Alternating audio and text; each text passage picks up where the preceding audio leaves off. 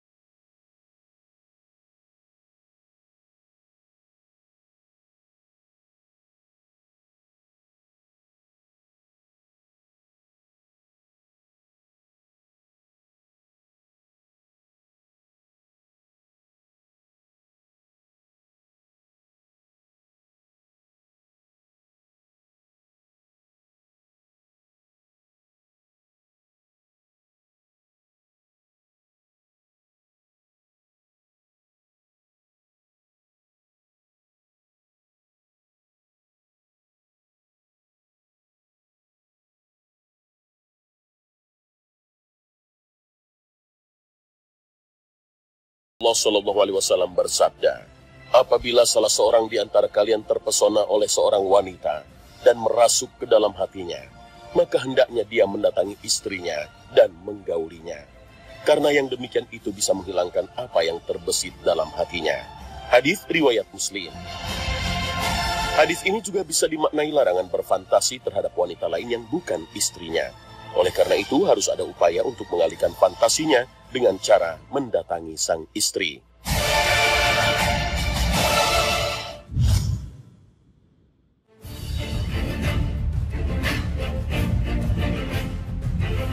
Pemirsa Khazanah, jin memiliki kemampuan melihat manusia, sementara manusia tidak bisa melihatnya. Kemampuan jin melihat manusia meski di tempat tersembunyi ini termasuk saat manusia melepas busananya, sehingga jin bisa melihat aurat manusia.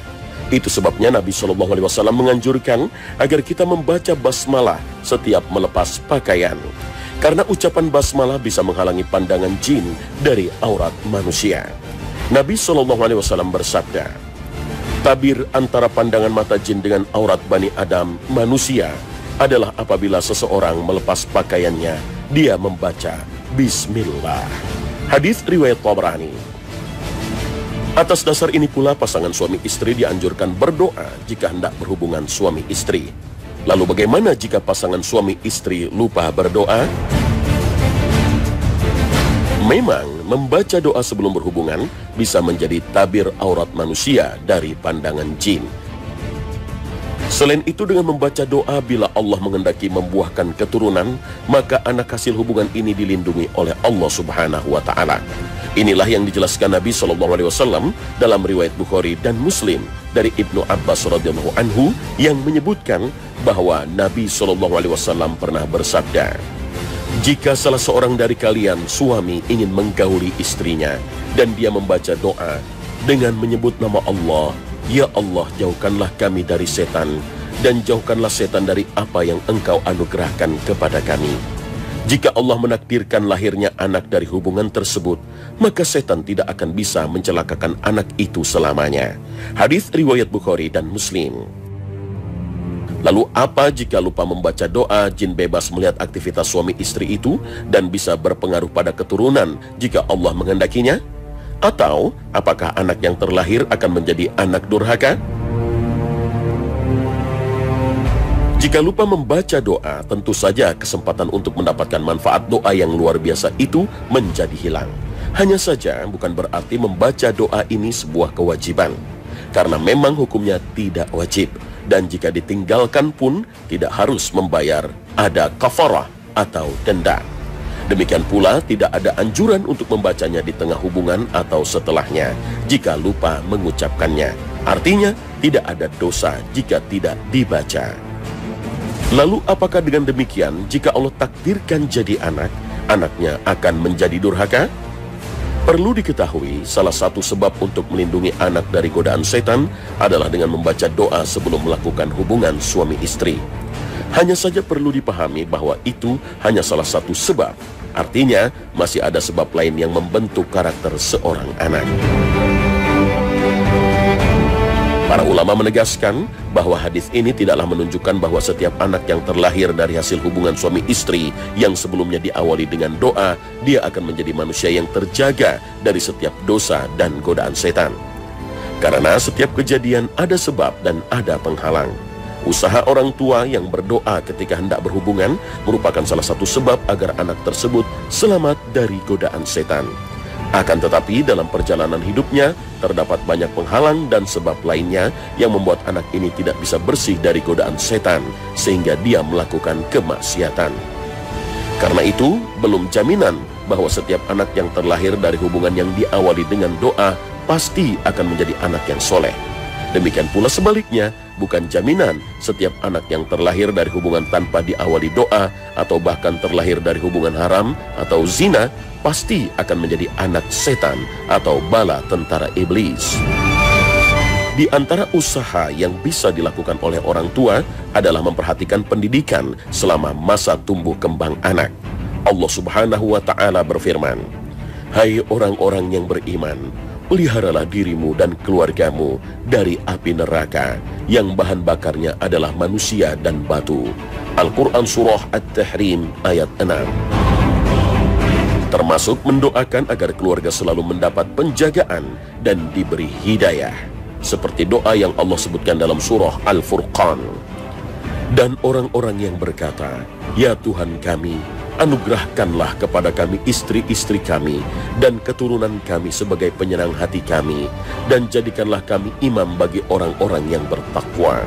Al-Quran Surah Al-Furqan ayat 74. Jika pasangan suami istri lupa membaca doa sebelum berhubungan, apakah jika ingat saat berhubungan lantas boleh membaca doa? Saat berhubungan suami istri, sebenarnya seseorang masih dibolehkan berzikir kepada Allah asal di dalam hati, tidak diucapkan secara lisan. Terkait dengan hal ini, Ibnu Illan berkata, adapun zikir di dalam hati tatkala buang hajat atau berhubungan suami istri tidaklah dimakruhkan berdasarkan kesepakatan ulama.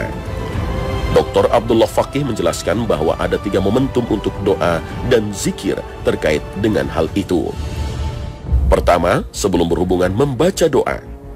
Dengan nama Allah, ya Allah jauhkan kami dari setan dan jauhkan setan dari apa yang Engkau berikan sebagai rizki kepada kami. Kedua, saat berhubungan masih dimungkinkan untuk berzikir, hanya saja tidak secara lisan, tetapi di dalam hati saja. Selain itu juga tidak ada lafal khusus yang harus diucapkan, sehingga bisa lafal zikir yang mana saja, asalkan di dalam hati. Ketiga, setelah berhubungan. Rasulullah SAW selalu berzikir dalam setiap kesempatan hidupnya, sebagaimana diriwayatkan dalam hadis Aisyah radhiyallahu anha. Wallahu a'lam.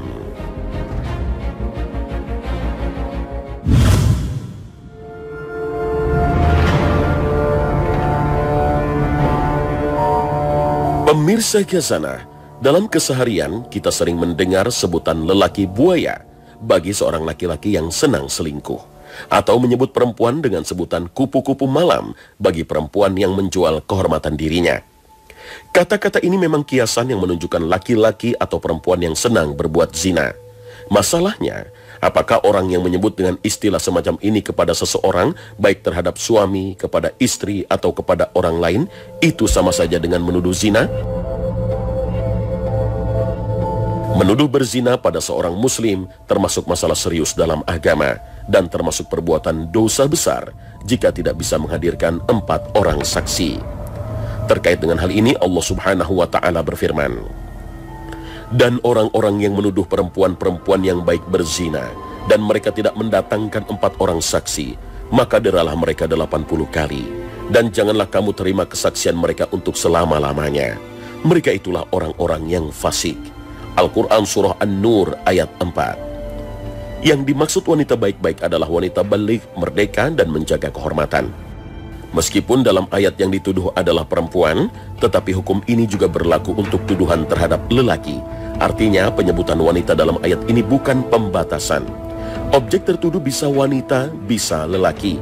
Selama dia adalah orang yang menjaga kehormatan, jika dituduh berzina, maka tuduhan itu termasuk dosa besar.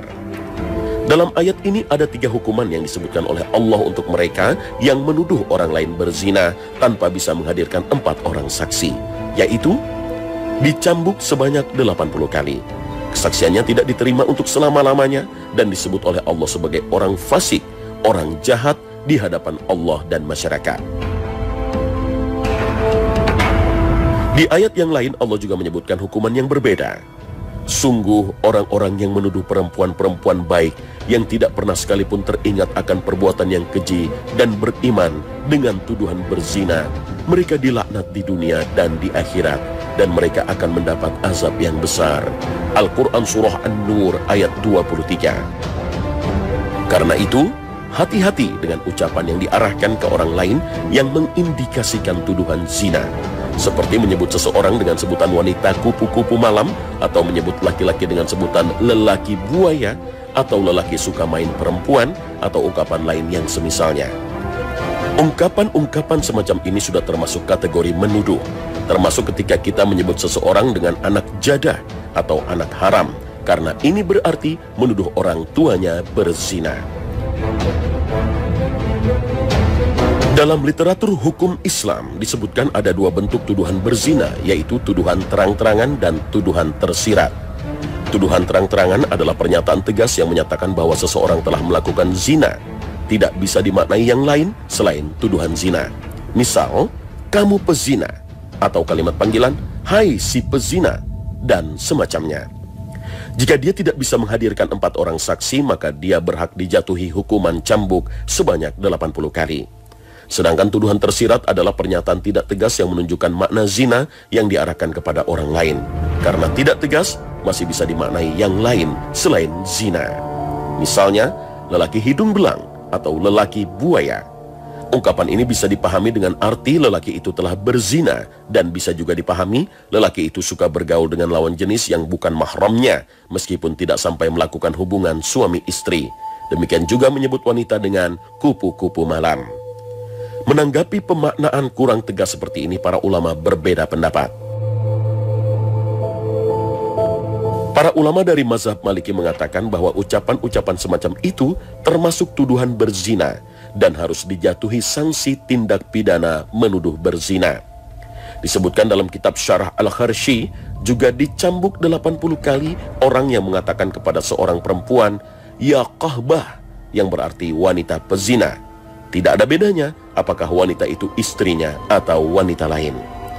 Berbeda dengan mazhab Hambali, para ulama mazhab ini menyatakan bahwa hal itu tergantung pada tafsiran yang diberikan kepada kata-kata itu. Bila ditafsirkan dengan zina, maka harus dicambuk 80 kali. Sebaliknya, bila ditafsirkan dengan makna lain, maka tidak dicambuk. Sikap mazhab Hambali ini hampir serupa dengan sikap mazhab Syafi'i. Disebutkan dalam kitab I'anatut Talibin, salah satu rujukan mazhab Syafi'i. Bentuk kedua adalah kata-kata yang bisa diartikan tuduhan dan bisa diartikan maksud lain. Jika orang yang mengucapkannya berniat menuduhnya berzina, maka dia dijatuhi hukuman menuduh berzina. yaitu dicambuk 80 kali. Sebaliknya, bila diniati yang lain, maka tidak harus dicambuk. Namun, perlu ditegaskan bahwa tidak dijatuhkannya hukuman menuduh berzina kepada orang itu bukan berarti dia dibiarkan saja melakukan perbuatan itu tanpa ada sanksi. Dia tetap dihukum, tetapi dengan bentuk hukuman yang menurut pemerintah yang sah dapat menimbulkan efek jera jika dia melakukannya tanpa ada alasan yang dapat dibenarkan oleh agama. Dalam istilah hukum Islam, sanksi hukum semacam itu disebut ta'zir. Imam Romli, salah seorang pemuka mazhab Syafi'i abad ke-10 Hijriah, pernah ditanya tentang seseorang yang mengatakan kepada kawannya, "Kamu lelaki hidung belang," atau memanggil orang dengan panggilan itu. Apakah ini termasuk tuduhan tegas atau tidak tegas? Dan kalaupun termasuk tuduhan tidak tegas, apakah yang bersangkutan boleh ditakzir atau hukuman pidana? Maka jawabnya, ini tuduhan zina tidak tegas. Dia ditakzir atau dihukum pidana. Dari sini, bila seorang suami mengucapkan kata-kata semacam itu kepada istrinya tanpa sebab dan alasan yang benar, maka dia telah melakukan perbuatan haram karena telah mengumpat seorang muslim, sedang mencaci seorang muslim adalah kefasikan. Berbeda bila dia mengatakannya karena adanya sebab yang mengharuskannya untuk melakukan itu, seperti istri tidak patuh atau membangkang, maka sepertinya tidak apa-apa jika memang tidak berniat menuduhnya berzina. Wallahu a'lam.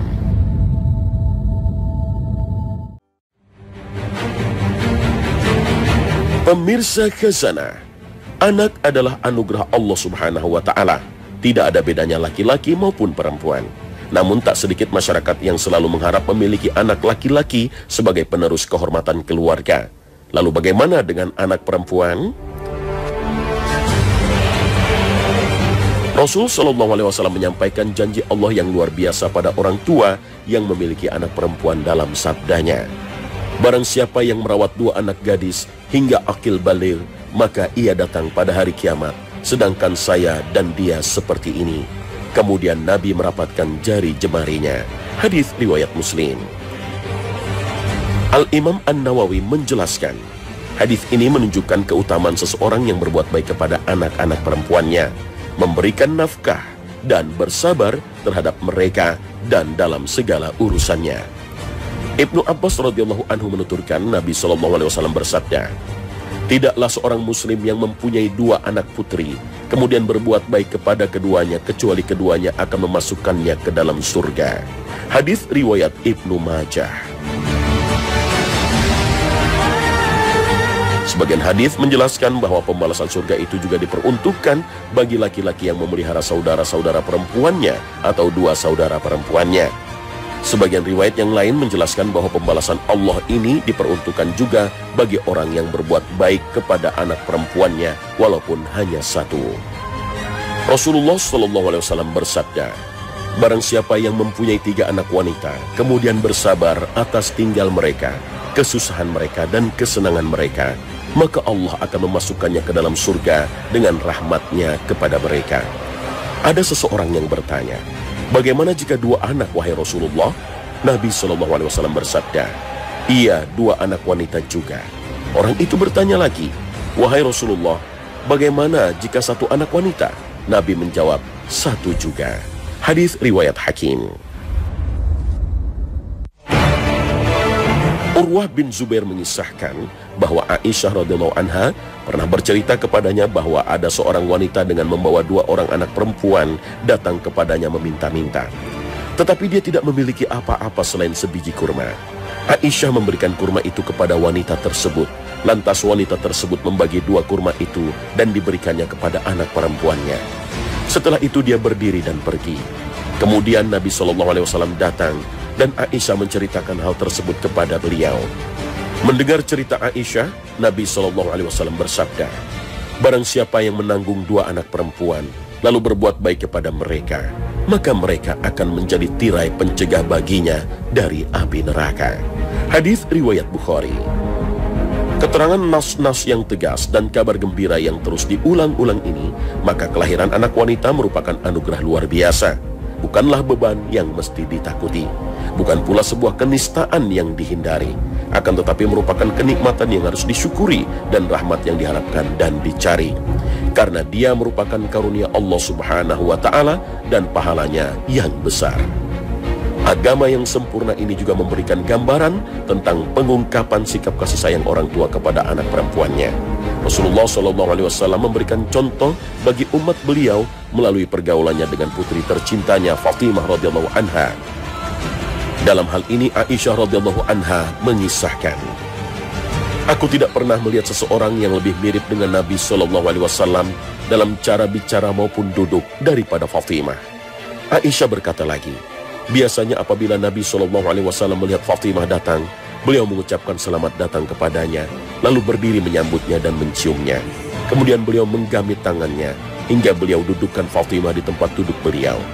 Begitu pula apabila Nabi SAW datang padanya, maka Fatimah mengucapkan selamat datang pada beliau. Kemudian berdiri menyambutnya, menggandeng tangannya, lalu menciumnya. Disahihkan oleh Syekh Al-Albani dalam Sahih Al-Adabul Mufrad. Seorang anak perempuan di hati ayahnya telah memiliki posisi yang terhormat sebagaimana diungkapkan oleh Rasulullah SAW terhadap putrinya Fatimah radhiyallahu anha. Fatimah itu adalah bagian dari diriku. Barang siapa yang menjadikannya marah, berarti dia menjadikan aku marah. Hadis riwayat Bukhari dan Muslim. Pemirsa Khazanah, sampai di sini akhir perjumpaan kita. Semoga Allah Subhanahu wa Ta'ala senantiasa memberikan hidayah dan taufiknya kepada kita. Amin ya Rabbal Alamin. Terima kasih atas perhatian Anda. Wassalamualaikum warahmatullahi wabarakatuh.